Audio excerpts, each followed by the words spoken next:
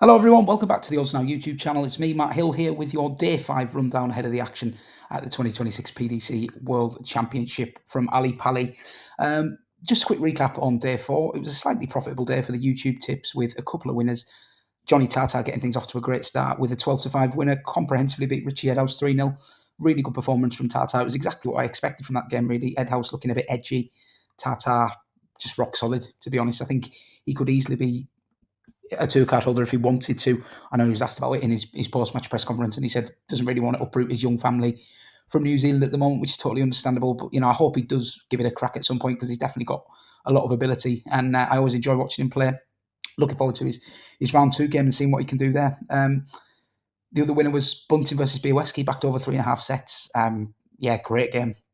Białowski probably should have beaten him, to be honest. He was 2-1 up in the deciding set, wasn't he? And I think Bunting didn't hit a treble with his first 3 visits, and Białowski let him off the hook and went on to lose 4-2 in the final set. So real scare for Bunting. He was very, very good in the first 2 sets and then went off a cliff and just managed to rescue the situation. So, yeah, that was a scare for him. In terms of the losers, Lukasiak backed him to win a set against Dom Taylor. It didn't turn up. Really underwhelming performance from Lukasiak, so no complaints there. And Nitin Kumar, Richard Veenstra, by the way, what a game. I mean, I thought Veenstra would beat him 3-0. I don't think I'd have backed Kumar with stolen money, to be honest, but fair play to him. It's great to see. It's everything the first round's about, in it, really. Just you get these nice stories from time to time, and that was definitely one of them, and that will hurt Veenstra. I mean, 5 ton-plus checkouts, and he still lost the game. Unbelievable. Fair play to Kumar, who finished like an absolute demon. I think he was 82% on the outer ring, which is ridiculous. So, yeah, fair play to him. Anyway, on to Monday's action then. We've got 4 afternoon, 4 evening once again. Starting with Brendan Dolan versus Tavis Dudney. Now, Dolan, as you can see, is a very, very strong favourite for this game. 3-10 best price, 1-5 in places. Its price is a bit of a no contest. Dudney 7-2 best price. Obviously, Unibet is still pulling through wrong with these a lot of these prices, but that is actually correct this time because Betfred have got the 3-1 at 12-5. The 3-0 is the one that's incorrect. You're going to get about 2-1 on a 3-0 Dolan win, which is, interesting potentially. Don't need to say not about Brendan Dolan, obviously very experienced campaigner, been around for a long, long time. I think he's probably the second longest serving player in the field, behind James Wade maybe. He's not had a great year by his own standards, but he's just rock solid, Brendan. He knows exactly what he has to do here. Made the last 16 or quarterfinals only a couple of years ago, when completely unfancied. So he's rock solid at Ali Pali. He always gives a decent showing of himself. He plays a young man here in Dudney who won his 2-card rather surprisingly in January. He wasn't really a name many people were predicting to get a 2-card.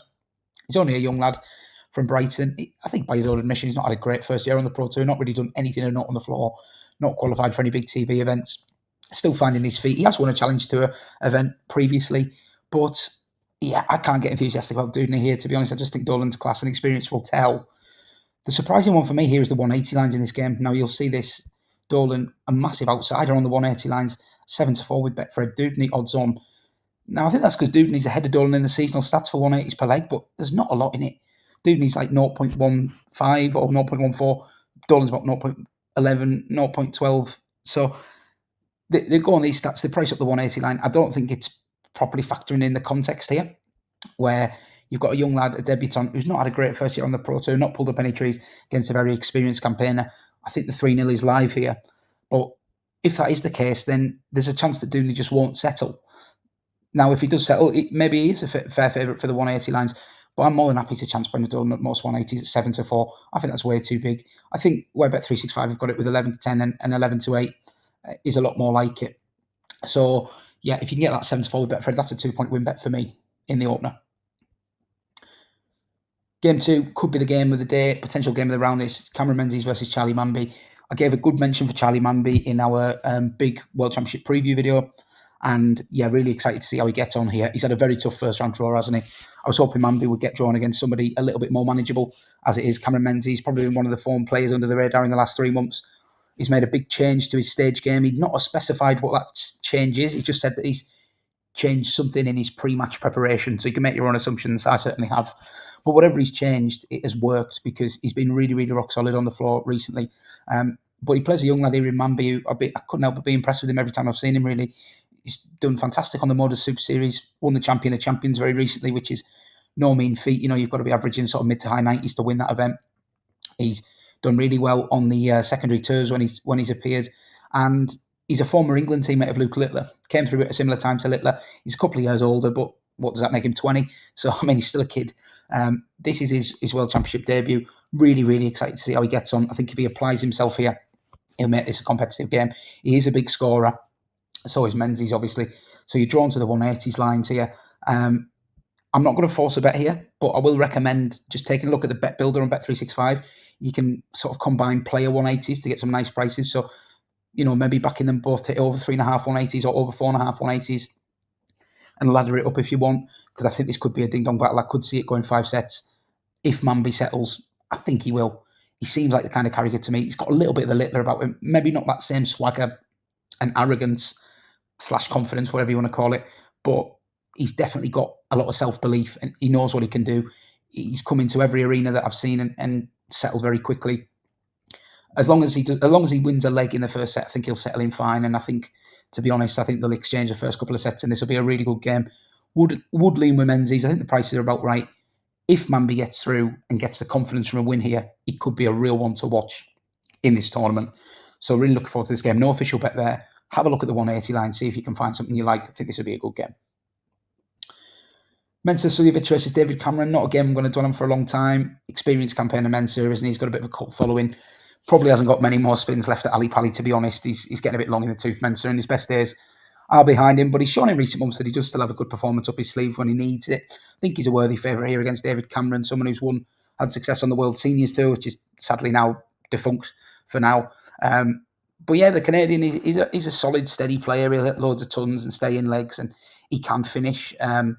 If Menses is not on it, he's definitely capable of taking advantage, and that's kind of what the market suggests, isn't it? 7-4 versus 4-9 in most places. That's about right. Neither of them are big 180 hitters. I considered the unders on the 180s, which I think you'd have to be playing at under 5.5. But if it does go 4 or 5 sets, you're in very sort of muddy waters there. So not going to force a bet. I think Suljovic will find a way through. I think it'd be one for the purists, to be honest. But yeah, anyway, no bet from me there. Game 4, I've got a bet in this one. Peter Wright versus Noa-Lyn van Leuven. I want to be with the overs on sets here. Wright is a huge favourite here, 1-9. Maybe a bit short. I mean, should Peter Wright be 1-9 against anyone these days? Anyone that doesn't follow darts all year round, Peter Wright spends most of the year these days averaging about 80, 82. And then occasionally he'll rock up to a tournament and average mid to high 90s and you think he's maybe back, and then he goes back to his old struggles and just flicks in and out of form, really. What you would have to say to Wright is he hasn't gone out early in the World Championship very often at all. He generally finds a way through and ups his performance levels for this event. I think he probably will again. I think he beats Noa-Lyn. I'm not saying that he won't, but I do think it's overpriced here for Noa-Lyn to win a set. Similar angle to Białowieski today, where you're watching that game. Bunting was averaging 108 or something, 2-0 up. You think the bet's gone, but Białowieski has that quality to just keep chipping away, and lo and behold, he gets a set and ends up making a game of it. Similar comments apply to Van Leuven, to be honest. I know people struggle with comparing the women's series to the Pro Tour and stuff because there is such a discrepancy in levels, but I think Noa-Lyn's shown herself to be like someone who can compete against the men. Had a good game with Kevin Dukes last year, won a set. Dukes ran out 3-1 winner, but it was competitive. I could see something similar here. So over 3.5 sets definitely appeals to me at 11-8. That is with Betway. I think the 5-4 is fine with Bet365 as well if you can't get that. I would probably have the overs unders on 3.5 sets, more like 10-11 either way. So I'm going to take the 11-8 with Betway on over 3.5 sets in that one. On to the evening then, Martin Lukeman versus Max Hopp. Worried for Martin Lukeman, to be honest, what I've seen of him recently. If you actually look at Martin Lukeman's throw, I think it's declined a little bit in the last 12 months. There's a lot more arm movement. He seems to be releasing the dart from a different point. Obviously, this is a man who got to the Grand Slam final last year, got tonked by Luke Littler, but it was still a fantastic run. And a very likeable guy as well. So you want to see him do well, but he's struggled this year really badly, particularly recently. His last game, we last saw him in the Players Championship Finals first round. He got absolutely tonked by Bradley Brooks 6-1. Didn't hit a 180. Didn't look like hitting a 180. And in his last 5 competitive matches, he's only actually hit 3 180s across 5 matches. So that includes the Grand Slam and Players Championship and Players Championship Finals. So, worrying times for Martin Lukeman. Max Hopp has subsequently been backed into a strong favourite. I wouldn't be interested in playing Max Hopp at 8-13, but I think I totally see why he's been backed into that price because it's hard to have any faith in Martin Lukeman at the moment. Now, this 180 line, obviously, Max Hopp is quite a good 180 hitter himself, so they're not going to give loads away here. Like, he leads the seasonal stats, so that's generally how these lines are priced up. So the 8 to 13 is probably a solid bet. It's not really my kind of price, to be honest. So the way I would play it is Bet365 actually allow you to back 180s on the handicap, as do a few other books here. So if we look here, there's 11 to 10 available on Max Hopp, minus 1.5 180s, effectively to hit 2 more 180s than Lukeman. I think that's a really fair bet. It's 11 to 10 with Betfred. It's also 11 to 10 with Bet365. I think that's just really, really easy for a 2-point win bet there. Like I said, there's a fair chance Lukeman will struggle to hit more than 1 or 2 180s in this game. And I think Hopp, if he gets, he's a bit of a first start merchant. If he gets in his flow, if he goes 1 or 2 nil up and his confidence is flowing, can see him banging in a couple, and maybe building a bit of a buffer there. So I do like this 11 to 10 on Max Hopp. Effectively to score 2 or more 180s more than Martin Lukeman. Dirk van Duijvenbode versus Andy Baetens. Anyone who watched our World Championship preview will know I'm quite keen on Dirk van Duijvenbode for a run here. He's got to negotiate Andy Baetens first. He's 4-9 to do so. I think that's paying a lot of respect to Andy Baetens. I think, former WDF World Champion not so long ago, but he's done very little on the PDC. Really not settled and not done himself justice at all. Now, maybe this is the game he does it. Maybe it is, but I can only go on the last year. What I've seen the last year, he's been disappointing, Baetens. Dirk, on the other hand, I think is just under the radar. Had a really, really good last 3 or 4 months. Seems to have refound something. Good signs from him in a couple of the majors where he, strung some decent performances together, got a couple of results, made a first European Tour final in a long, long time, 3 months ago. Lost in that final from a winning position, but taking the positives out of it. I do think his game's in a good place. He's in that second quarter where if he wins this, he's going to have a very winnable second round game against James Hurrell. He would then play Bunting, and I think that could be a good game for Dirk. In terms of this particular game, I don't want to get overly involved because, I've already got Dirk for the quarter. So I don't want to go double dipping and then he ends up losing and it's a disaster. What I would say is, he's a massive, massive fav to win the 180 line here. What is he, 1 to 3 for the 180 line? Baetens can hit 180s, but Dirk, nobody rivals Dirk for 180s, do they really?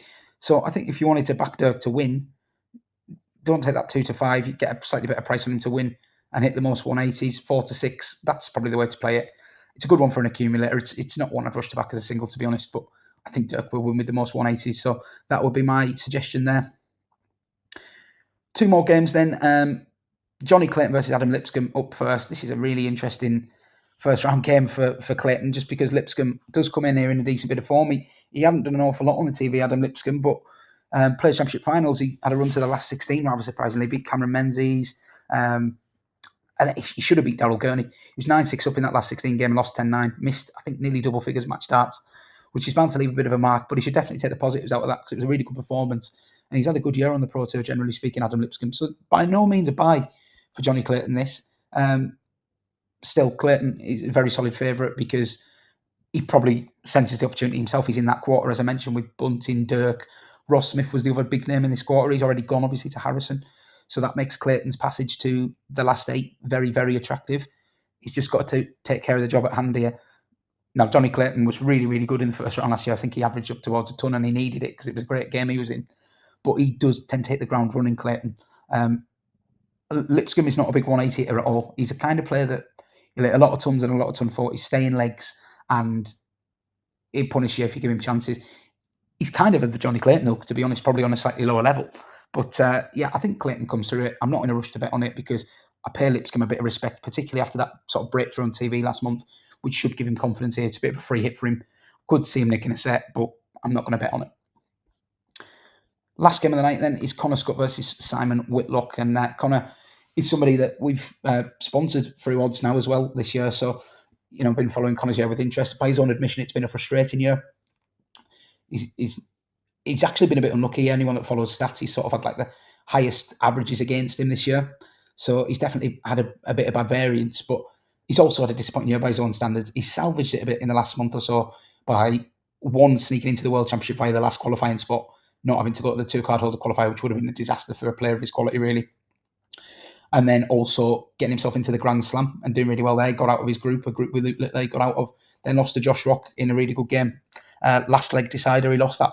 So he should come here full of confidence, Connor, theoretically. He plays Simon Whitlock here, who literally was the last one to qualify for this. Topped the ANZ Premier League, first inaugural edition of the Australian and New Zealand Premier League. He was not the best player in that tournament over the 8 weeks by any stretch.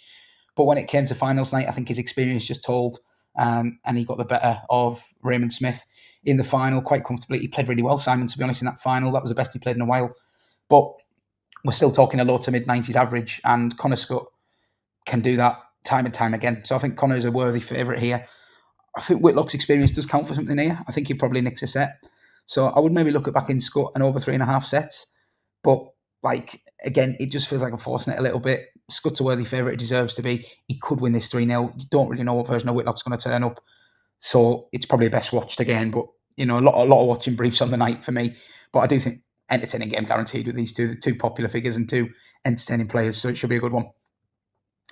Okay, just to recap my best bets for Monday then. I'm going to back Brendan Dolan most 180s against Tavis Dudeney, 7-4 with Betfred. Menses Mambi game, I'm not going to have an official bet, but I would suggest maybe laddering the player 180s on Bet365's Bet Builder. Peter Wright versus Noa-Lyn van Leuven is an official bet. I'm going to back over 3.5 sets at 11-8 with Betway. 5-4 is fine with Bet365 if you can't get on with Betway. And then just the one bet for me on the night, I'm going to back Max Hopp -1.5 180s against Martin Lukeman. That is 11-10 with various bookmakers. So 3 wagers there, but also a few angles on the other games for those who are looking to piece of fun accumulated together. Let me know what you're backing in the comments. Hope you're enjoying the videos. Do give us a thumb up and a subscribe if you haven't already. I'll be back tomorrow to preview all of Tuesday's games at the World Championship. Thanks for watching.